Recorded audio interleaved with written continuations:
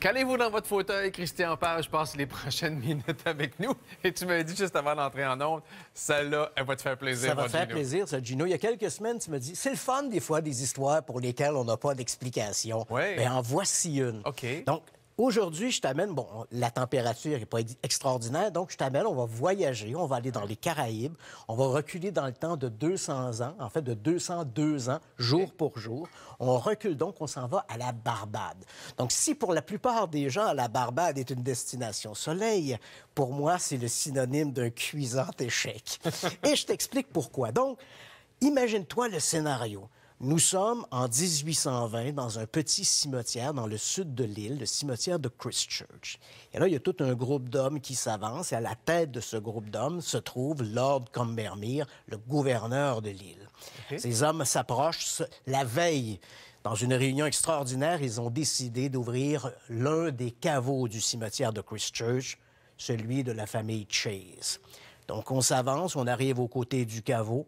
Le gouverneur s'assure que les seaux qu'il a fait placer dans le ciment qui scelle la dalle de béton qui permet d'accéder au souterrain sont toujours en place. C'est le cas.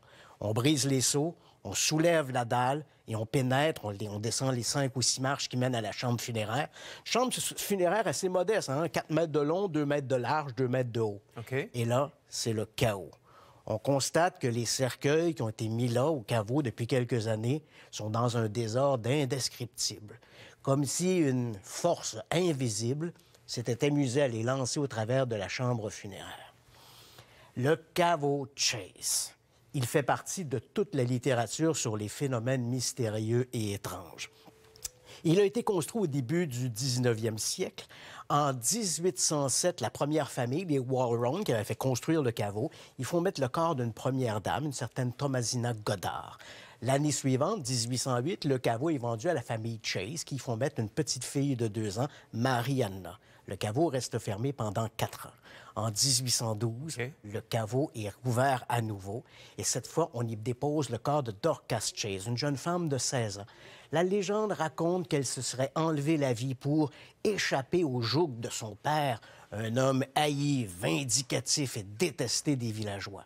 Un mois plus tard, le père Chase va retrouver ses 2 filles déjà au caveau. On est toujours en 1812.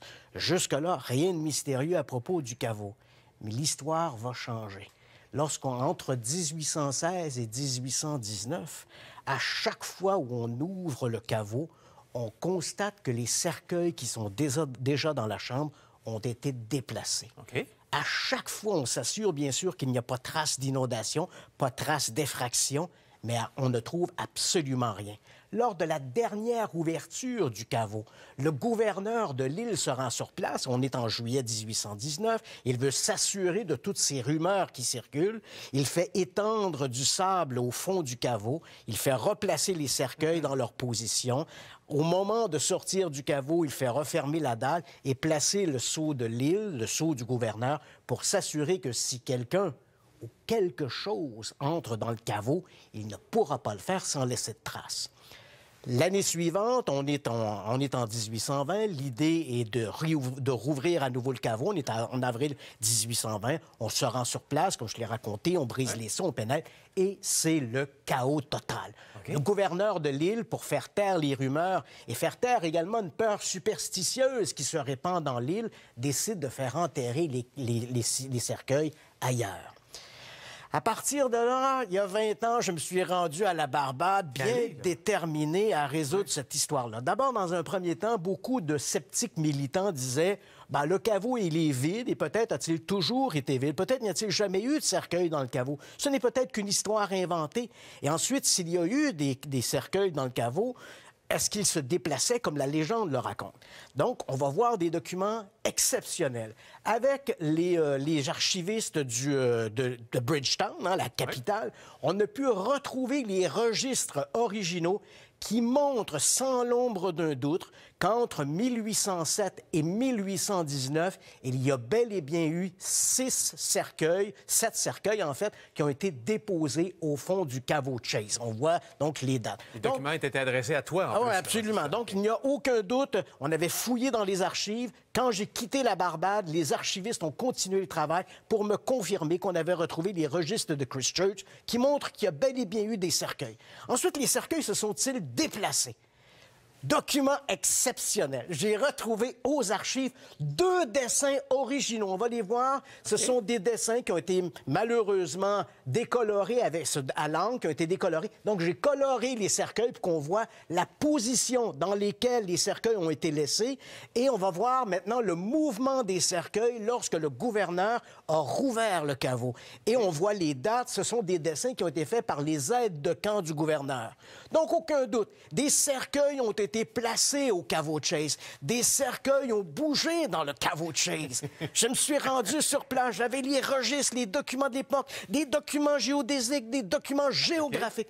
J'ai mis à l'épreuve toutes les hypothèses. Des vandales, tremblements de terre, des vandales, de l'eau dans le caveau. J'ai même évalué la possibilité que les corps aient explosé. Parce que quand on se décompose, malheureusement, on dégage du méthane et le méthane peut s'enflammer à l'air. OK, tu as tout évalué ça. J'ai tout évalué. Rien ne fonctionne. Absolument rien. Je suis revenu à Montréal en me creusant la tête. Je me disais, il y a peut-être quelque chose que je n'ai pas compris. Ou bien, la légende est peut-être vraie. Les cercueils ont commencé à se déplacer après la mise au tombeau du père Chase, détesté par Dorcas Chase. Ouais. Peut-être que de l'au-delà, Dorcas s'est manifesté, montrant son mécontentement d'avoir à partager l'éternité avec son père, cet homme qu'elle avait tant détesté, qui a eu sa vie, mais qui n'aura pas son âme. Ouf. Ça, c'est une des rares histoires pour lesquelles tu n'as pas d'explication. Aucune. Aucune. Les faits me montrent que la légende est relativement... Il peut y avoir des variantes, mais la légende est relativement vraie. Cercueil, et s'il faut se dire, Gino, que si on a enlevé les cercueils et on les a mis ailleurs, il fallait avoir une solide raison. Ouais. On avait peur pour vrai. Il se passait de quoi d'anormal. C'est sûr que la rumeur circulait. Parce que d'inhumer ailleurs quelqu'un, c'est pas une pratique courante. Ça devient presque de la profanation à ce moment-là. Oui, je comprends. Je sais que vous avez avalé votre café de travers. Peut-être vos toasts aussi qui passent un peu de travers ce matin. Ah, il y a des histoires vraiment invraisemblables comme ça. Ouais. Et celle-là est très solide. Et t'es bon pour nous les raconter. Ça me fait quasiment peur. Salut. Merci, Gino.